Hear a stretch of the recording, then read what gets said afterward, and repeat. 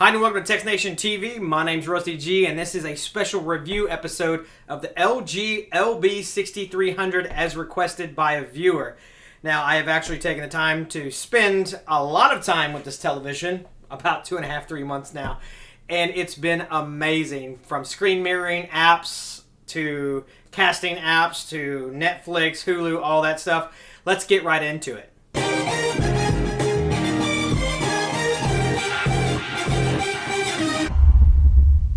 Alright, so my biggest complaint when starting up the TV is literally how long it takes to load for me to be able to get my menus. I'll show you here, as this is a cold start, turning the TV on after it's already been set up and everything. You'll see the logo coming in there, let you know obviously every time you turn it on. And you'll see everything kind of start loading up, and actually, you're not really seeing things load up, but you have to see there's letting you know it's in HDMI 1. And then, okay, so our TV's on. I've got Comcast, so that's fine.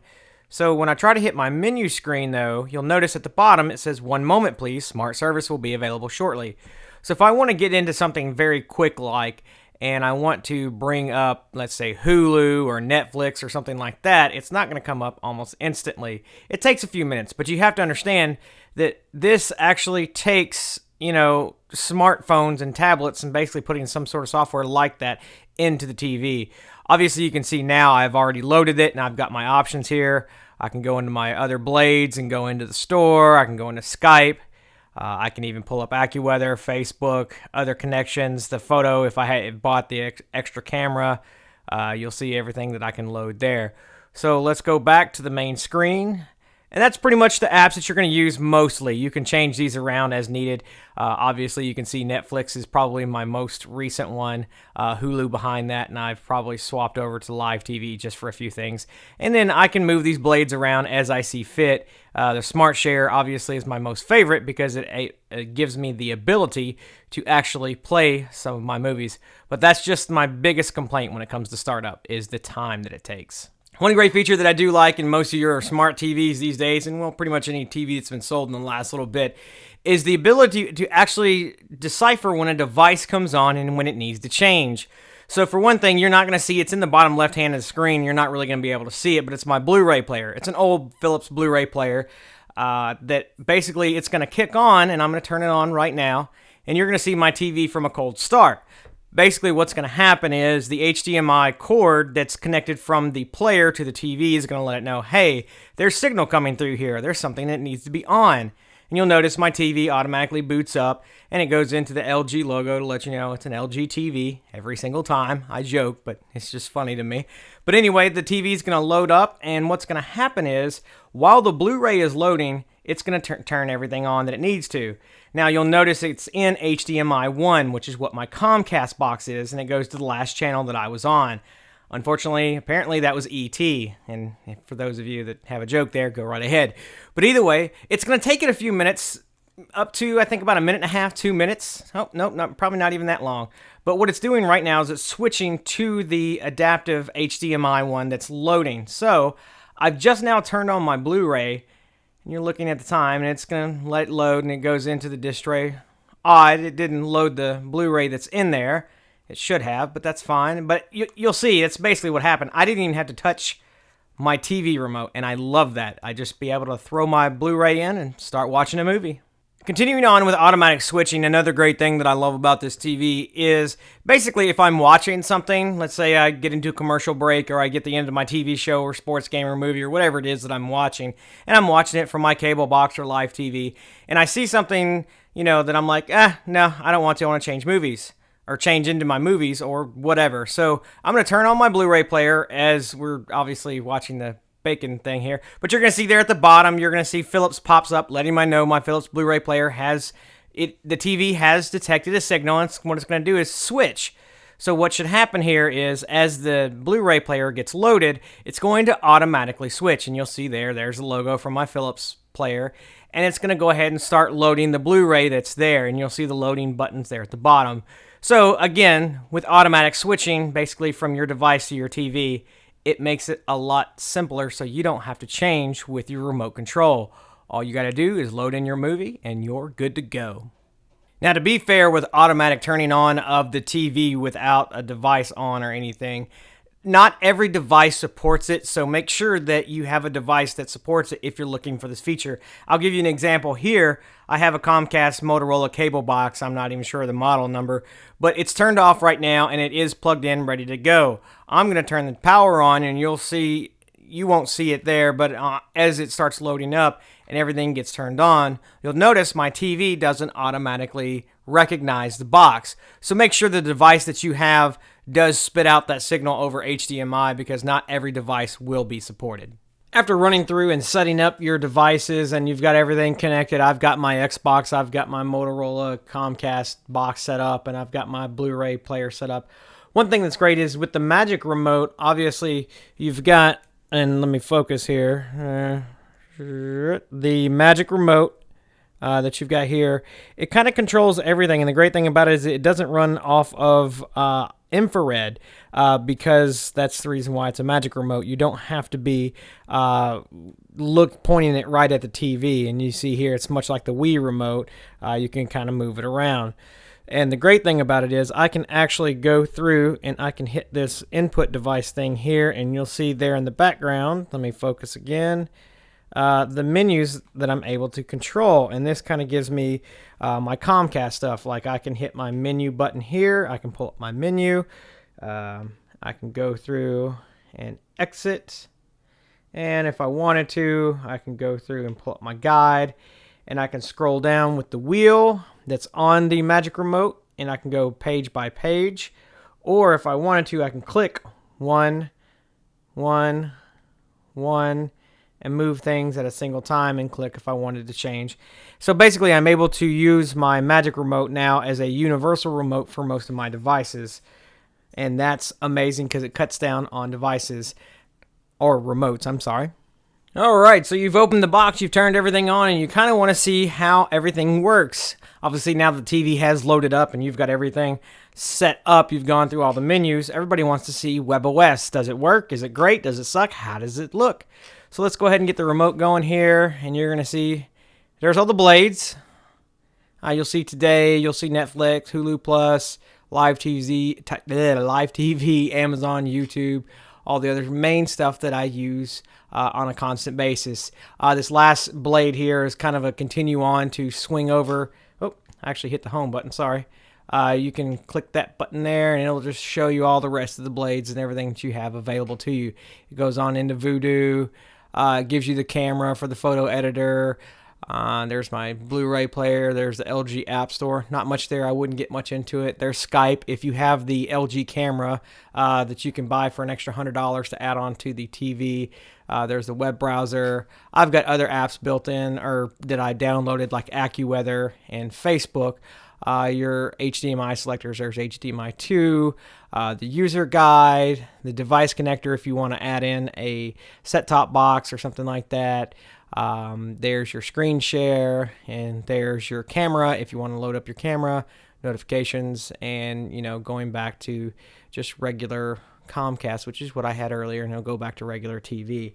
Even though the television does come with your standard apps of Netflix, Hulu, and a few others, you are able to go to the LG store and download some more. Now, LG has built in an app store, kind of like your app stores for your phones and tablets, but a little less, obviously, because for television, it's not going to have everything that you want. And here's the LG store from the main page. You're going to have some ads and different things for movies, TV shows, live television. But your apps and games are over here on the right, and you can actually select, should be able to select right here. So there's my apps and games. And I should be able to, and this is pretty much on a changing basis depending on what they have. As of recent, it looks like they've added Pandora and Spotify to radio services. So let's just show you, because I don't have Pandora on the TV just yet, let's just show you what a standard install looks like. Obviously, this is a free app. It's everywhere for free. So here's what the App Store would look like. It kind of gives you, just like any of the other app stores, it's going to give you a quick little icon, some screenshots to what it looks like, and you're able to install it. And this shows internal memory, how much I have free. So I'm going to go ahead and install it. All right, so It has now installed the application, gives me the notification there at the top, and I should be able to launch this application. And now it should be a new blade that I have on my home screen. So as it loads up here, just again, like any other tablet or smart device, you're going to have options once they pop up, and then there it loads the Pandora. Please activate. So obviously I'll need to activate this and get this going. So, all right, so now that I'm done activating, I should be able to click continue. And it should start playing whatever that I was last listening to. Obviously, this is just a quick mix, and it gives me some of my stuff there on the left. So this has kind of gone from LG App Store into a quick look at Pandora. But basically, that's just the App Store. So let's see if I can go back now to the App Store. Are you wishing to exit? Yes. And let's go back over to the bag, which looks like the App Store. And so I should be able to now go back over to this apps and games, and I should be able to view everything that I need here as far as what apps they have.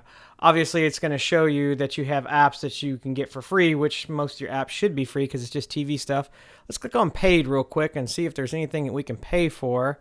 Yeah, there's different options that you can pay for, probably different games and different, like the smart IPTV, which is kind of cool. That's something I've never set up, but I've seen it set up, and I think it's pretty awesome. So different apps, just like any other app store, it's going to take time to build up. So right now, obviously, they're not going to have much there, but you can go through and install the apps that aren't standard installs like Facebook and AccuWeather. Let's move on to the next feature.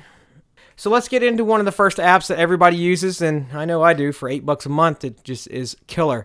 So Netflix, we'll go ahead and click on that.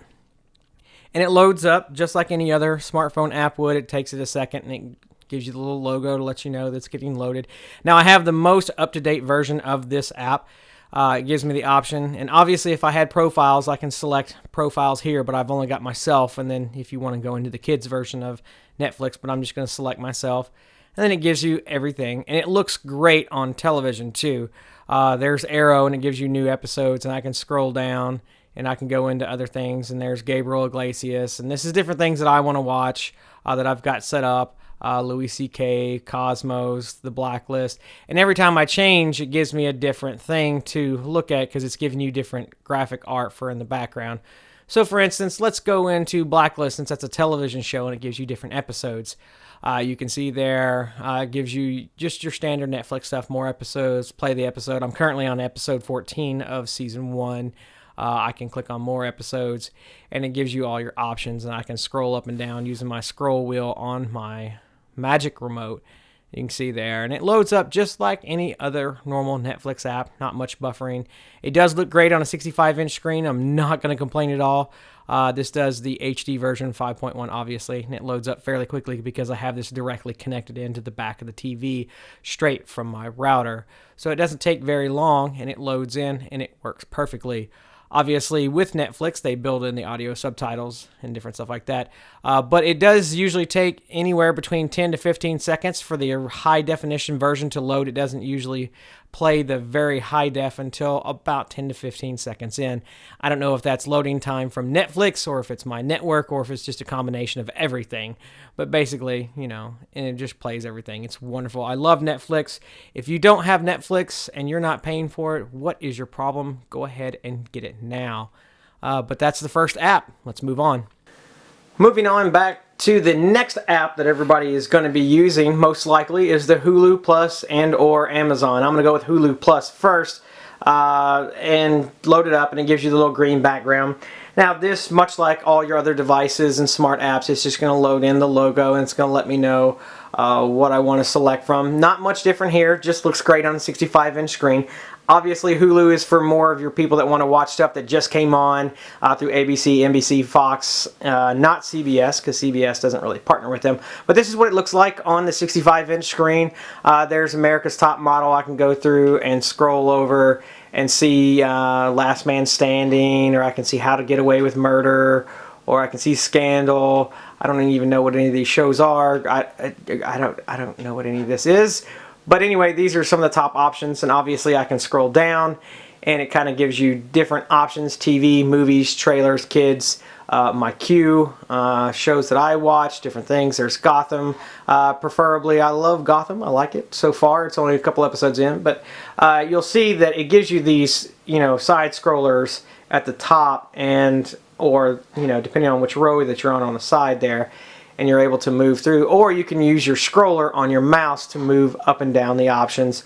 And then whenever you're ready to click something, you just click on it with the scroll wheel, and it gives you more options to see whatever else that you need, and you can play the episode, and it gets loaded. And it's really simple, not hard to get. You can go through, and there you can see your commercial break points there. But that's Hulu Plus. Not much to it. Everybody knows. Moving on to the next app is going to be Amazon. And for those of you that have it and subscribe to it, this is Amazon Prime if you have it. But basically, this isn't Amazon, the shopping store. This is Amazon Prime streaming. Basically, it's Amazon Instant, I believe is what they call it, or Instant On, I forget. But it loads up just like the Netflix or the Hulu app. It has its own setup, and you'll see Amazon Instant Videos, what it's called. And you'll show everything that you can watch through Prime. Prime Instant Video, movies, TV shows, photos, whatever that you have. And let's see what photos, because I've never actually messed with that. I'm wondering if that's coming from my phone. I was hoping that it does. Yeah, if you hook up your cloud drive, you can actually show your personal photos and videos that you have backed up to your phone. So if you wanted to see that, or you can just go right back into what Amazon Prime offers you. Amazon Prime is just like Netflix. It's just like Hulu. It has different things that you can watch here. Basically, just another option for you to be able to do whatever you want for on-demand stuff, and you want to pay for it and not get caught for, let's say, pirating, as it will. But obviously, you will have to pay the $99, I believe it is, a year for Amazon Prime to be able to get this.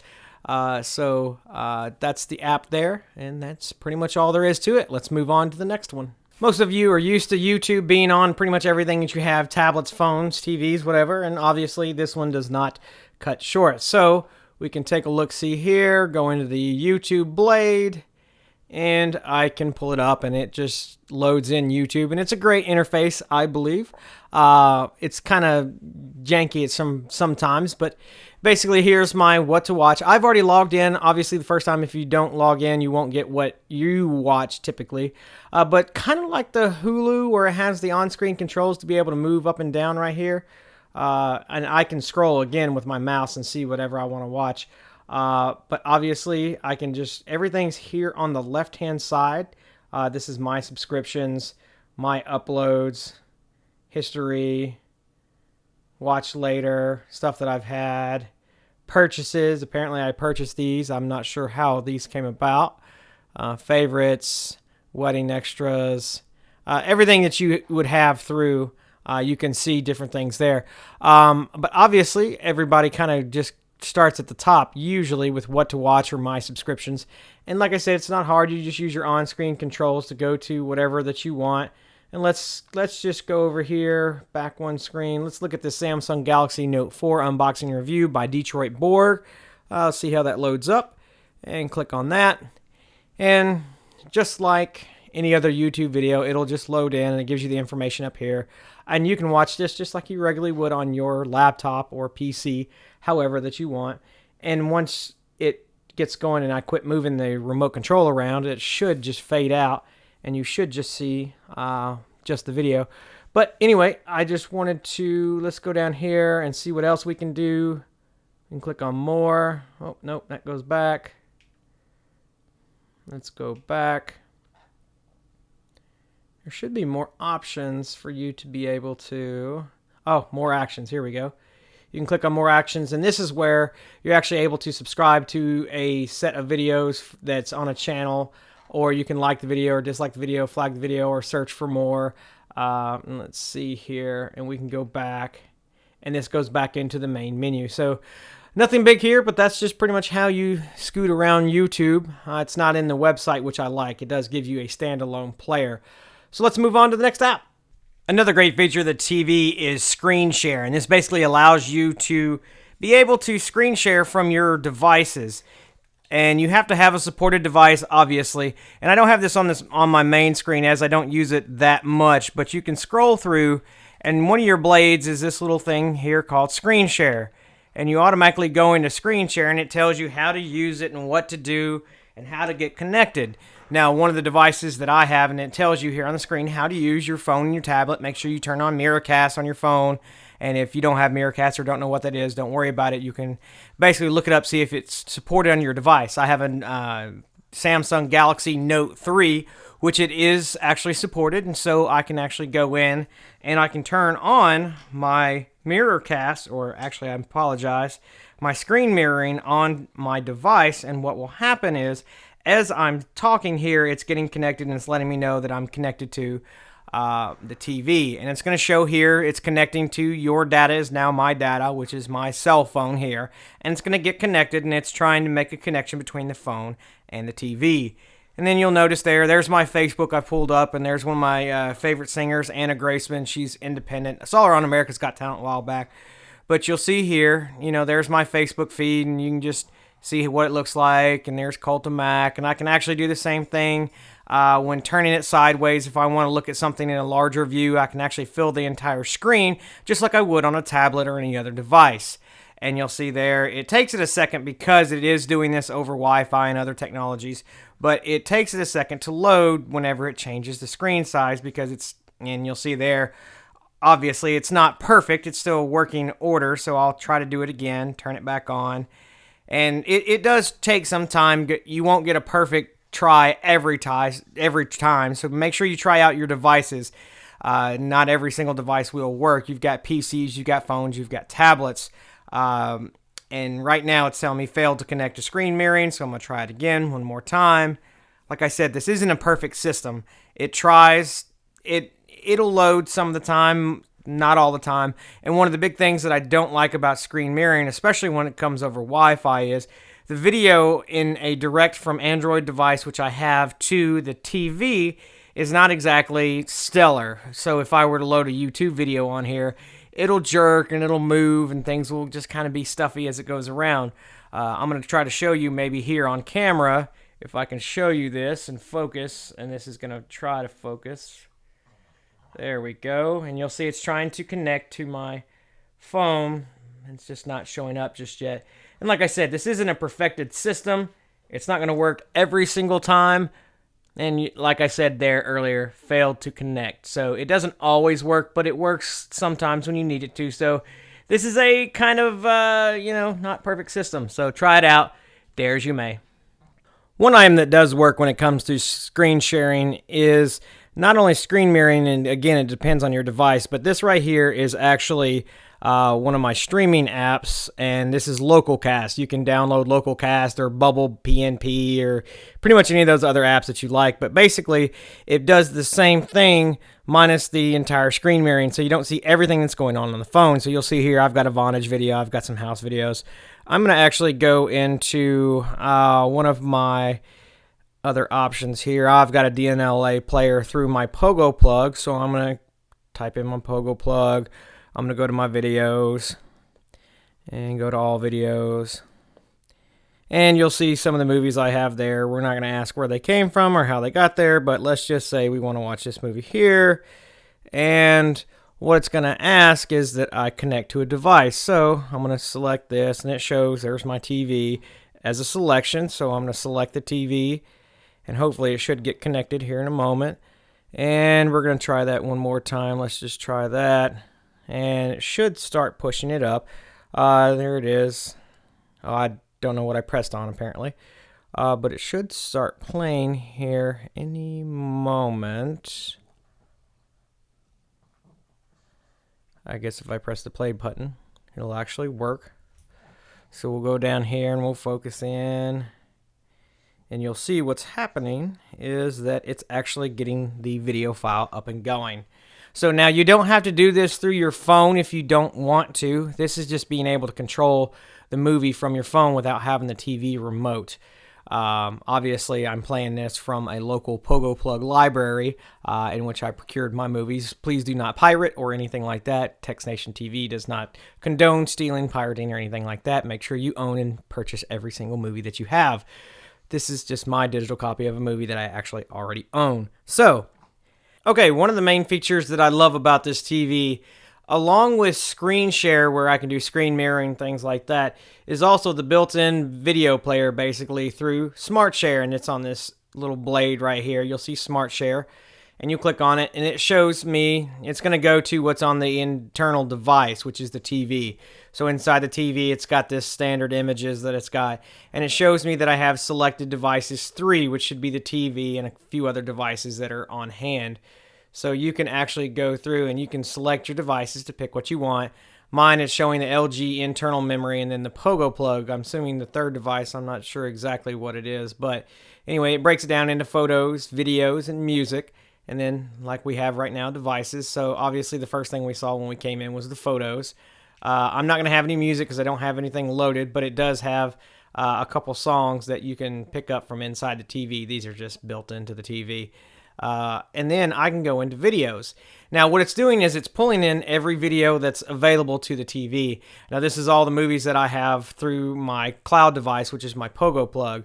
My only problem is that after a little bit, I don't know if it's pre-caching some of these movies, if it's not pre-caching all of them, but sometimes not my entire list of movies shows up, and it's fairly frustrating. So I can scroll through here and try to see all my movies, and it's not going to show you. I didn't really ask for that, but let's just go back to the main menu. But you can scroll through and see everything. But like I said, you don't always see everything that you have. So I have to go through and I have to go to devices, and then I have to go into my pogo plug, and then I have to go into it, and then it gives me its local things. So for instance, my music folder, my videos folder, pictures, local drives, whatever. And I have to go into videos, and then I have to go into all videos, which is basically the root system of my pogo plug. And then it shows me all of my movies. Now it'll take a second to load everything, but basically now I can go down and you'll see all my movies, and see there, you've got everything. So it's kind of frustrating because I would hope that it'd be built in, so when it scans, and maybe there's a setting that I'm missing and I'm not being able to load all my movies, or maybe it's just pre-caching, but it's kind of frustrating when it comes to the videos. So if you have a device on your network that does your videos for you, you will be able to see it here under the Devices tab.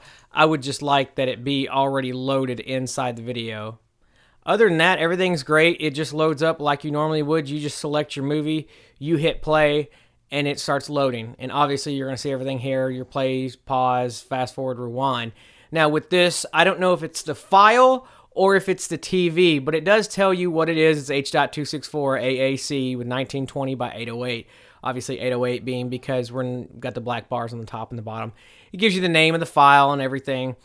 The only thing is, like I said, I don't know if it's the file or if it's the TV in the way that it plays, but you cannot fast forward or rewind with this file type. And I'm assuming it's probably the MP4 that I've got. I'm not sure, but it's odd because on my Xbox it works just fine. But with the built-in player, I can only pause or play, and that is absolutely it. That's all you get, play or pause. And then you can actually go to the next movie. That's it. You don't get anything else. There's no rewind, there's no instant replay, there's nothing.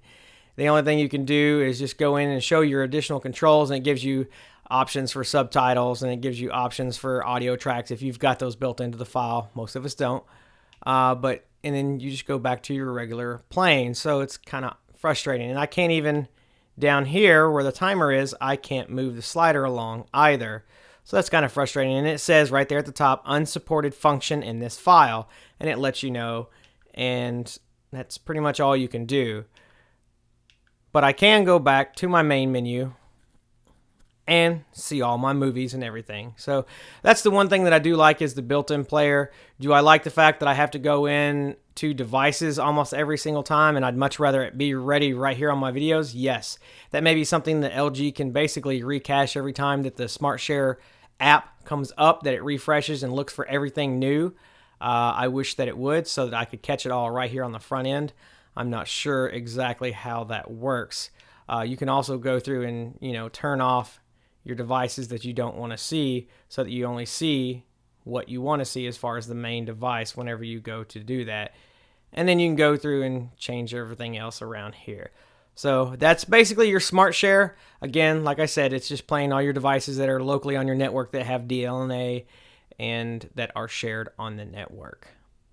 One of the great features of the TV with the combination of the LG Magic Remote is voice controls. Now, this is just like your regular Siri or your Android, voice controls.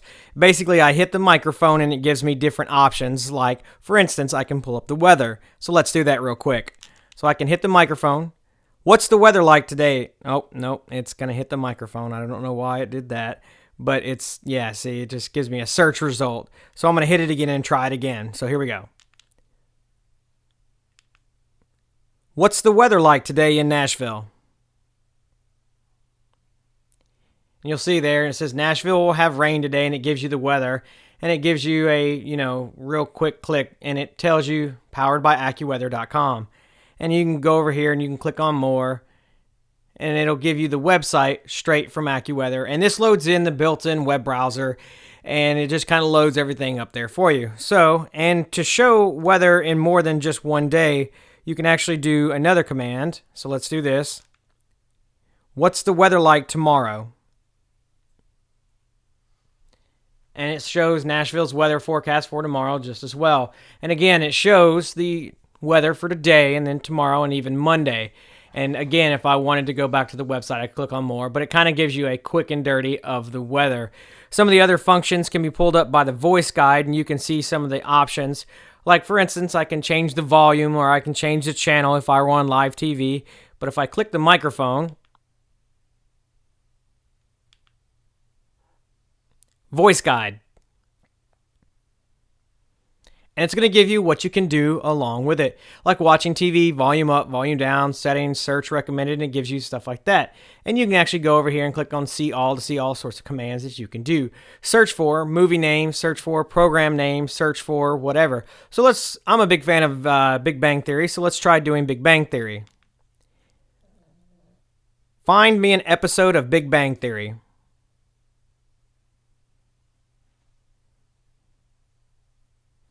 And what it has gone through and done is on live TV, it shows you the channels that I have, the time frames and everything that you have there.